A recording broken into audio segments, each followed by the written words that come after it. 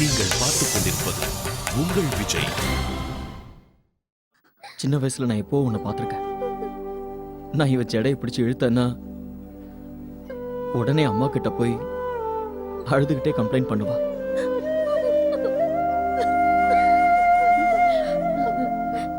ஆனா இன்னைக்கு நீ உண்மையிலேயே அழுதுட்டு இருக்க. இத பார்க்க எனக்கு ரொம்ப கஷ்டமா இருக்கு.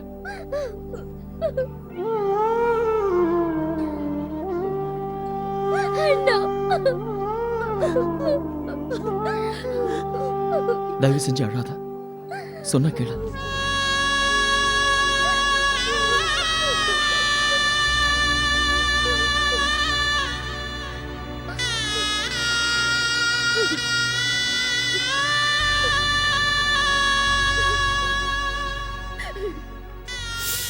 எப்படியோ நீங்க எல்லாருமா சேர்ந்து என்ன வீட்டை விட்டு அனுப்புறீங்கல்ல.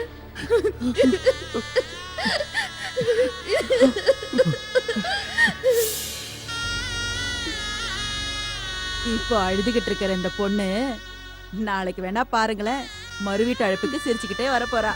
மாப்பிள்ளையோட சந்தோஷமா வரப்போறா.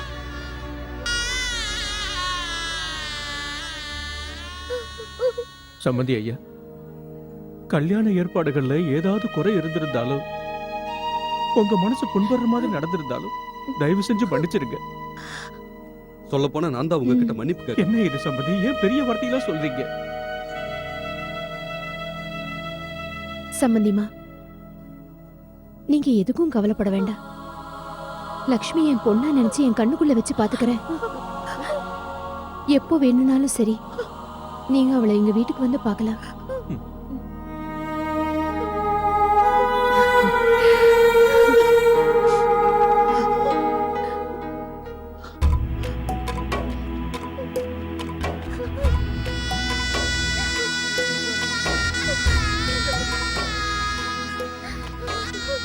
மோகன், அந்த பல்லக்கு எடுங்க.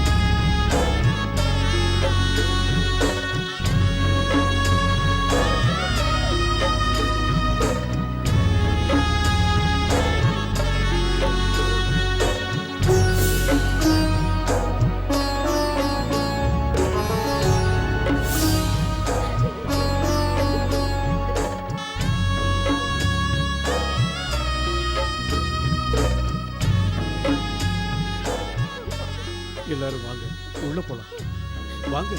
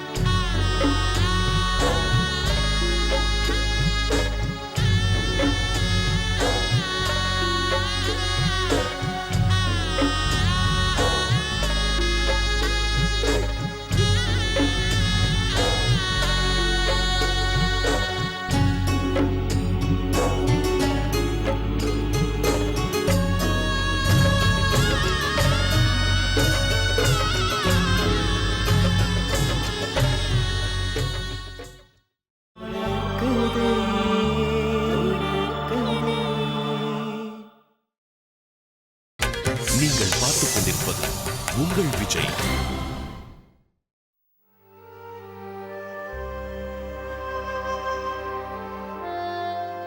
அம்மாடி சாந்தி, இப்ப நம்ம சந்தோஷமா இருக்கணும். நம்ம பொண்ணு கல்யாணத்தை எவ்வளவு ஆடம்பரமா செய்யணும்னு நினைச்சோமோ அதே மாதிரி செஞ்சுட்டோம்ல. ஆமாங்க, எல்லாத்த விட ரொம்ப பெரிய விஷயம் என்னன்னா அவங்க எல்லாரும் இங்க இருந்து ரொம்ப சந்தோஷமா போனாங்க. எல்லாரும் நம்மள பாராட்டிட்டு இருந்தாங்க.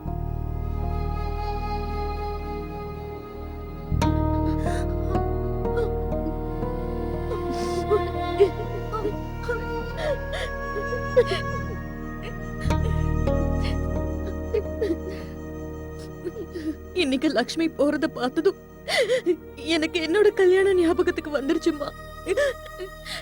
என்னமோ எல்லாமே திரும்ப நடக்கிற மாதிரி இருந்தது. எல்லாம் என் கண்ணு முன்னாடியே இருந்ததுமா. அர்ச்சனா, இது பாருமா, இதெல்லாம் ரொம்ப சகஜம். இதெல்லாம் புதுசு இல்லம்மா. இப்படி எல்லாம் அழக்கூடாது அர்ச்சனா. சொன்னா கேட்கணும். நாங்க உன் கூட தானே இருக்கோம், இப்போ உன் கூட தான் இருப்போம். ஆ. எதுக்காக இப்படி அழுதுட்டு இருக்க? அழாத. என்ன அர்ச்சனா, கொஞ்சம் தண்ணி குடி. நீயே இப்படி அழுதுட்டு இருந்தா அப்புறம் அம்மாவை எப்படி சமாதானப்படுத்துறதா? போதும், அழாதம்மா.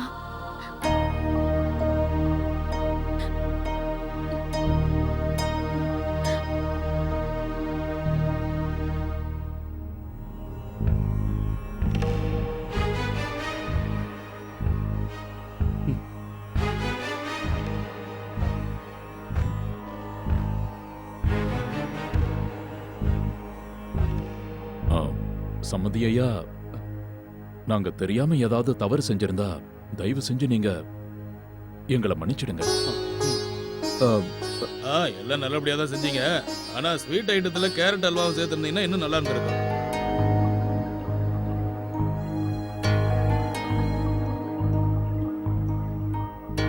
ஜிலேபி, குலோப் ஜாமுன், பாயசம் இதெல்லாம் உனக்கு பத்தலையா என்ன? கேரட்டே கிடைக்காத காலத்துல கேரட் அல்வா வேணும்னா எப்படி? விஸ்வநாதன், நாங்க தான் உங்களுக்கு நன்றி சொல்லணும்.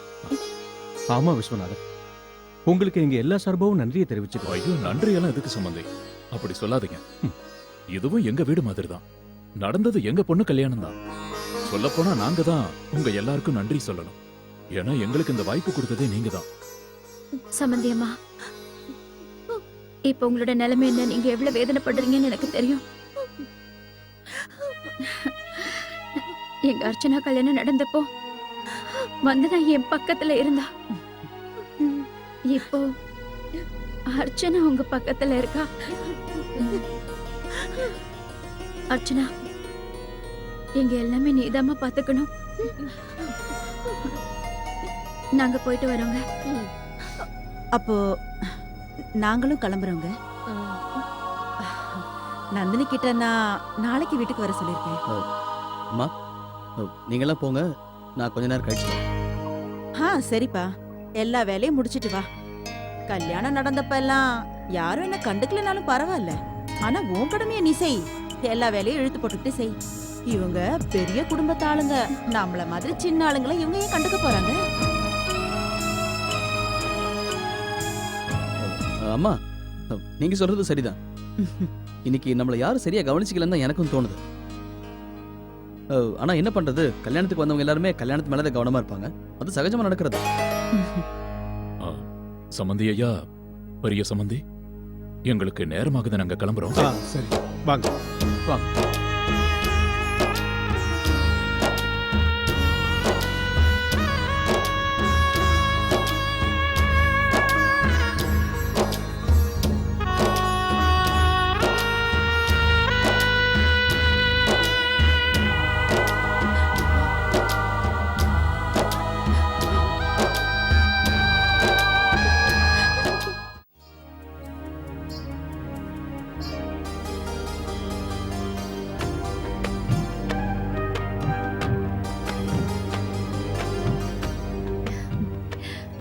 வலது கால் எடுத்து வச்சு உள்ளவா.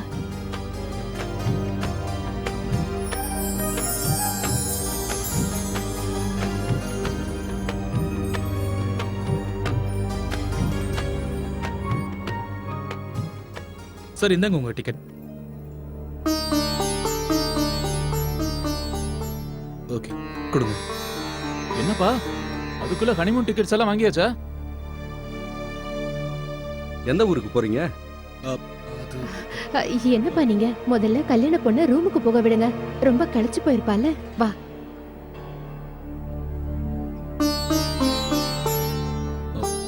மாம், இப்போ என்ன பண்றது? லக்ஷ்மி கிட்ட இப்பயே உண்மையை சொல்லி ஆகணும். லக்ஷ்மி கிட்ட இதை பத்தி அப்புறமா கொஞ்சம் பொறுமையா பேசு. நாளைக்கு நான் சம்பந்திகளுக்கு ஃபோன் பண்ணி பேசுறேன். நாளைக்கா? நாளைக்கு சொல்ல போறீங்களா? இப்ப சொல்றது அவளு சரியா இருக்காதுன்னு நினைக்கிறேன். நம்ம லட்சுமி இந்நேரம் அவ புகுந்த வீட்டுக்குள்ள போயிருப்பா. இங்க பாருங்க, நான் நிச்சயமா சொல்றேன், நம்ம லட்சுமி அந்த வீட்ல சந்தோஷமா இருக்க போறா. ஆமா சங்கரிக்கா, கடவுள் அருளால அவங்க ரொம்ப நல்லா இருக்கணும். இந்தாங்கம்மா. இது எல்லாத்துக்கும் காரணம் நீதானே. முதல்ல நீ ஸ்வீட் சாப்பிடு. இவ்ளோ நேரமும் இந்த ஸ்வீட்டை நீங்க எப்ப குடுப்பீங்கன்னு தான் நான் காத்துக்கிட்டே இருந்தேன். முதல்ல இந்த ஸ்வீட் சாப்பிட்டுட்டு தான் நான் கிளம்புவேன். அப்பப்ப எங்க எல்லாரையும் பாத்துட்டு போறதுக்கு சும்மாவாவது வந்துட்டு நிச்சயமா வருவேன். பண்டிகை நாள், பூஜை, இதுக்கெல்லாம் நான் வந்துதானே ஆகணும். ஆனா ஒரு விஷயம், உங்க வீட்டு பூஜைக்கு நான் வர முடியாது. ஏன்னா நான் வெளியூருக்கு போகணும். எனக்கு கொஞ்சம் வேலை இருக்கு. சரி, அப்ப நான் கிளம்புறேன். வரேன். உங்க பொண்ணு அந்த வீட்ல ரொம்ப சந்தோஷமா இருப்பா. சரி, அப்ப நான் கிளம்புறேன். தானோ, அம்மா, மத்தவங்க எல்லாருக்கும் ஸ்வீட் கொண்டு வந்து கொடு.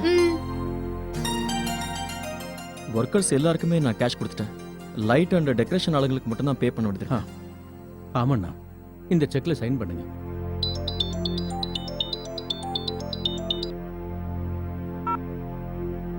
ஹலோ. சொல்லுங்க இன்ஸ்பெக்டர் சார். நான் தான் பேசுறேன், சொல்லுங்க.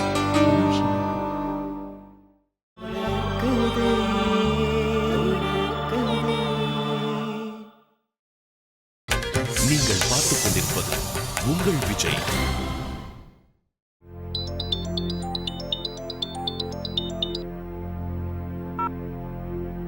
ஹலோ. சொல்லுங்க இன்ஸ்பெக்டர் சார். நான் தான் பேசுறேன், சொல்லுங்க. அப்படிங்களா? உண்மையிலேயே இது நல்ல விஷயம். ஓ, அப்படின்னு சரி, நாங்க போலீஸ் ஸ்டேஷனுக்கு வந்து பார்க்கறோம். உண்மையிலேயே உங்களுக்கு எப்படி நன்றி சொல்றதுன்னு தெரியல. என்னாச்சுப்பா? அண்ணா, உண்மையிலேயே ஒரு நல்ல செய்தி. அண்ணே சாந்தி, திருடங்க கிட்ட இருந்து நகையெல்லாம் கிடைச்சிருக்கான். அப்படியா? அந்த கடவுள் கிட்ட இது ஒண்ணு நடந்தா போதும்னு வேண்டிக்கிட்டு இருந்த அந்த கடவுள் நம்ம பிரார்த்தனையை கேட்டுட்டாருக்கா. சாந்தி, நான் சொல்ல வரத முழுசா என்ன சொல்ல விடுங்க. காணாம போன எல்லா நகையும் கிடைக்கலையா? நாம போலீஸ் ஸ்டேஷனுக்கு போய் என்ன நகை கிடைச்சிருக்கு, என்னெல்லாம் இருக்குன்னு பார்க்கணும். எல்லா நகைகளும் கிடைக்கலையா? இத பாரு காவேரி, கொஞ்ச நேரம் அமைதியா இரு. கொஞ்சமாவது கிடைச்சதில்ல. போக போக எல்லாம் சரியா போயிடும். நல்லதே நினைச்சா நல்லதே நடக்கும். ஏமா, நீ எங்க நின்னுட்டு இருக்க? போய் கொஞ்ச நேரம் ரெஸ்ட் எடு. சரிங்க அத்தை, நான் இப்பவே போறேன்.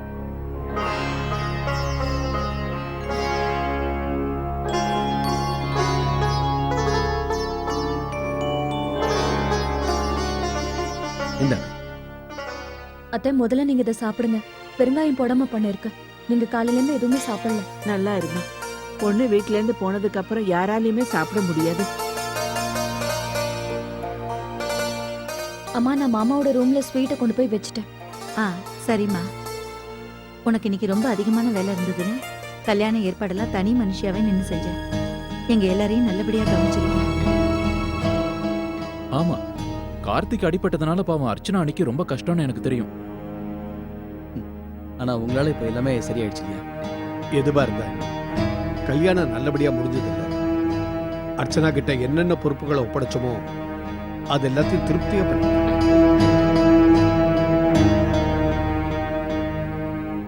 உண்மைதான். அர்ச்சனா தானே எல்லா வேலையும் செஞ்சாகணும். நாத்தனார் கல்யாணத்துல அண்ணி வேலை செய்யலன்னா வேற யார் செய்வாங்க? அது மட்டும் இல்லாம நம்ம அர்ச்சனா எல்லா வேலையும் நல்லா செஞ்சா.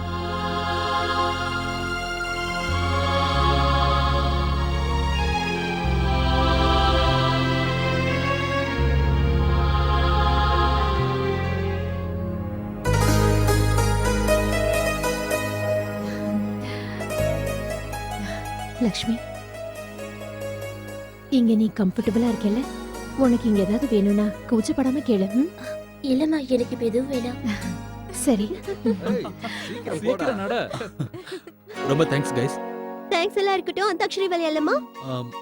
ஆனா எனக்கு சினிமா பாட்டுல எதுவும் தெரியாது.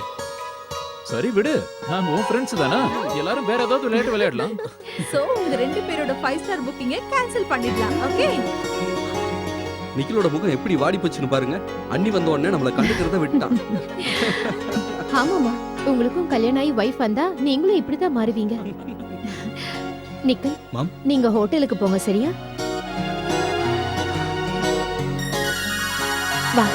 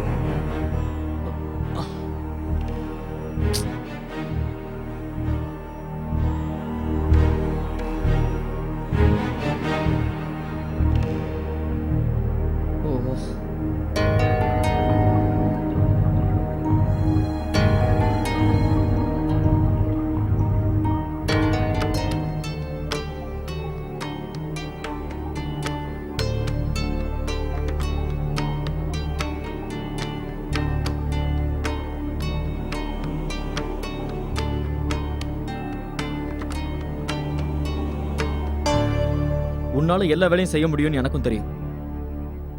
எனக்காக நீ உதவி செய்ய வேண்டிய அவசியம் இல்லை. எனக்கு கால் உடைஞ்சிருக்கு, ஆனா கை நல்லா தான் இருக்கு.